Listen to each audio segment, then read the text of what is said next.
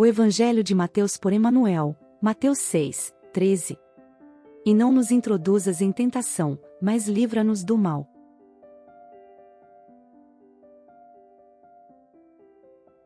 Questões do cotidiano.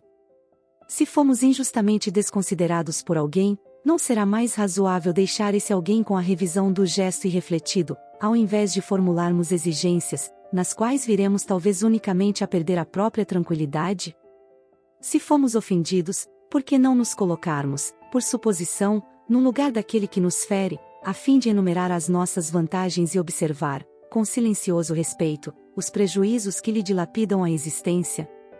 Se incompreendidos, não será mais aconselhável empregar o tempo, trabalhando na execução dos deveres que esposamos, ao invés de fazer barulho para descerrar prematuramente a visão dos outros, às vezes com agravo de nossos problemas?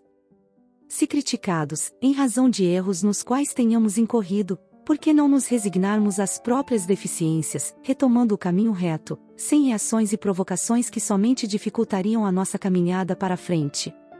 Se abatidos na provação ou na enfermidade, por que insurgir-nos contra as circunstâncias temporariamente menos felizes a que nos encadeamos, desprezando as oportunidades de elevação, em nosso próprio favor? Em quaisquer lances difíceis do cotidiano, adotemos serenidade e tolerância, as duas forças básicas da paciência, porquanto, se não prescindimos da fé raciocinada, para não cairmos na cegueira do fanatismo, precisamos da paciência, meditação e autoanálise, a fim de que não venhamos a tombar nos desvarios da inquietação. Reformador, julho 1969, p. 148. Obsessões. Nem sempre conseguimos perceber.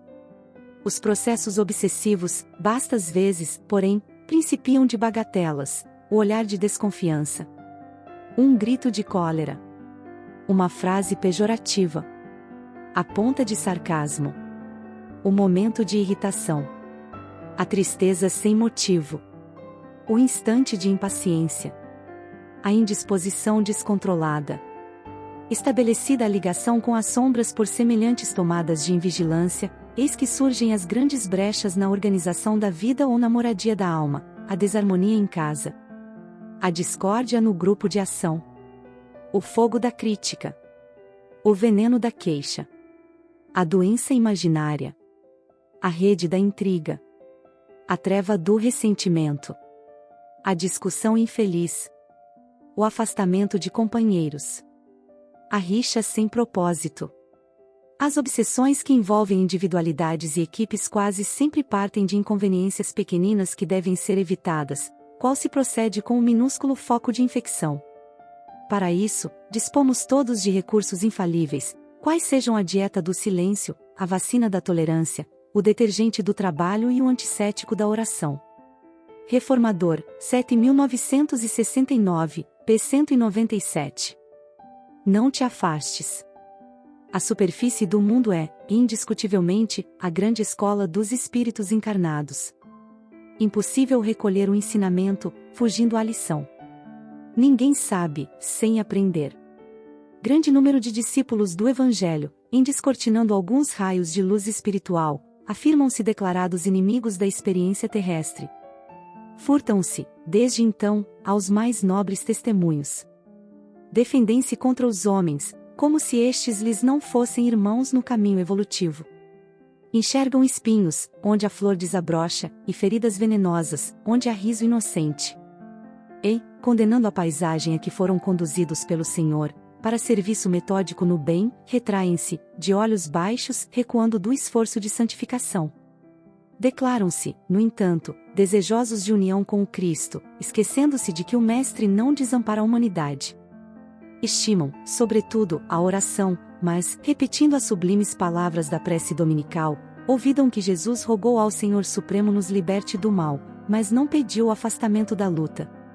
Aliás, a sabedoria do cristianismo não consiste em insular o aprendiz na santidade artificialista, e, sim, em fazê-lo ao mar largo do concurso ativo de transformação do mal em bem, da treva em luz e da dor em bênção.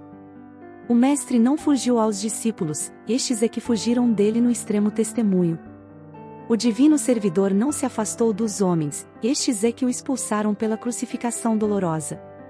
A fidelidade até o fim não significa adoração perpétua em sentido literal, traduz, igualmente, espírito de serviço até ao último dia de força utilizável no mecanismo fisiológico.